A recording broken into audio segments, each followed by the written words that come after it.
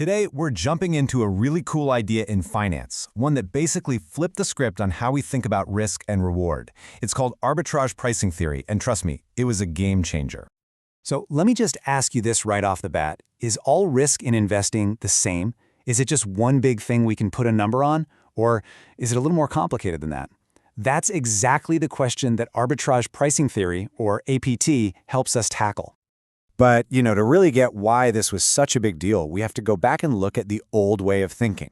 For a long, long time, the financial world had one dominant model that answered that risk question very, very simply.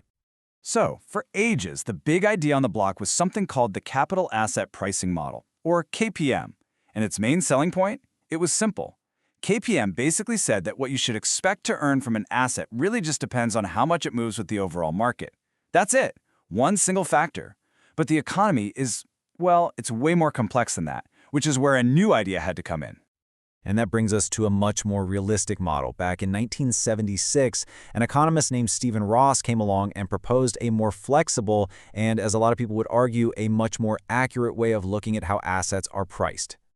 And that model is the arbitrage pricing theory. The core idea here is that an asset's return is actually influenced by how sensitive it is to several different big-picture risk factors. The major economic forces that affect pretty much everything. It just acknowledges that the economy is a complicated place. I love this analogy because it just makes so much sense. Thinking of CAPM as only using today's temperature to predict tomorrow's weather is perfect. Yeah, it gives you a hint, but you're missing a ton of crucial info. APT, on the other hand, is like a modern weather forecast, pulling in data on humidity, wind speed, air pressure, the whole shebang, to give you a much, much clearer picture. So what are these factors we keep talking about? Well, they're not some mysterious hidden forces. They're the big economic headlines that we hear about all the time. We're talking about stuff like unexpected jumps in inflation, sudden moves in interest rates, or maybe the country's GDP growth totally surprising everybody. Okay, so we've got the big idea down. Multiple risks matter, but how do we actually use that? How does APT take all this and spit out an expected return? All right, let's pop the hood and see how this thing really works. Now we're going to look at the formula. And I know what you're thinking. Oh no, a formula. But stick with me. We're not just going to throw a wall of math at you. We're going to build it step by step, and you'll see it's actually super logical. Okay, first things first. Every investment calculation needs a starting point, right? A baseline. For APT, that's the risk-free rate. Just think of it as the return you could get on something with basically zero risk, like a government bond. It's the absolute bare minimum you should expect to earn. All right, now we start adding the flavor, the risk factors. For each specific risk, like say inflation, we add a piece to the puzzle, and that piece has two parts. First, there's the beta, which is just a number that tells you how sensitive your investment is to that specific risk. Then you have the risk premium, which is the extra return you demand for putting up with that risk. You multiply them together, and bam, you've got the impact of that one factor. And here it is, the whole picture. You just do that same little calculation for every single risk factor that matters. Interest rates, economic growth, whatever it might be. And you add them all up. You start with that safe, risk-free rate, and then you just pile on the extra compensation for every single risk that asset is taking on. See? Simple. But what actually makes sure that prices in the real world follow this formula? What's the secret sauce that enforces this? Well, the clue is right there in the name, arbitrage. The theory assumes the market is full of sharp-eyed investors, so if they see two assets with the exact same risk exposures, but one is priced to give a higher return, well, that's a free lunch. They'll immediately buy the cheap one and sell the expensive one, and that very action of buying and selling pushes the prices back into line until that easy, risk-free profit completely disappears. It's the market's own cleanup crew.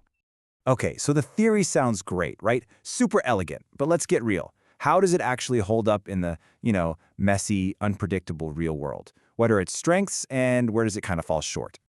Well, if you're a portfolio manager, APT is an incredibly powerful tool. It lets you go way beyond just thinking about the overall market. You can look at your portfolio and ask really specific questions, like, hey, are we way too exposed if interest rates suddenly spike? Or are we set up to do well if the economy grows faster than expected? It lets you manage risk in a much, much more tailored way. So let's break it down. The good and the tricky parts. On the one hand, APT is way more realistic and flexible. It gives us a much deeper understanding of why two stocks that seem similar might actually perform totally differently. But there are some puzzles. The biggest one? The theory never actually tells you which factors you're supposed to use. You have to figure that out yourself. Plus, it assumes the market is perfectly efficient, and those arbitrage opportunities disappear in a flash, which isn't always how it works. But even with those puzzles, you really can't overstate the impact APT had. Its arrival was a huge foundational shift in how people thought about finance, and its legacy is absolutely everywhere. If you take away only one thing from all this, let it be this. APT's greatest gift was that it forced the financial world to grow up. It moved us from thinking about risk as one single thing to understanding that risk has many, many different faces. And to understand returns, you have to understand all of them. And this wasn't just some theory that sat on a shelf in a library. Nope. APT's core idea directly paved the way for some of the most influential and practical models used today, like the Fama-French models, which added factors like a company's size and its value. Pretty much all modern multi-factor risk analysis stands on the shoulders of APT. So yeah, if you forget everything else, just remember this simple, powerful idea. APT taught us that to understand return, we must first understand the many faces of risk. It might sound obvious now, but at the time, it was a revolution. And that leaves us with one final thought to chew on. APT doesn't give us the list of factors, and our world is changing faster than ever. In this new age of AI, massive data flows, and climate change, what do you think is the next big risk factor that we absolutely cannot afford to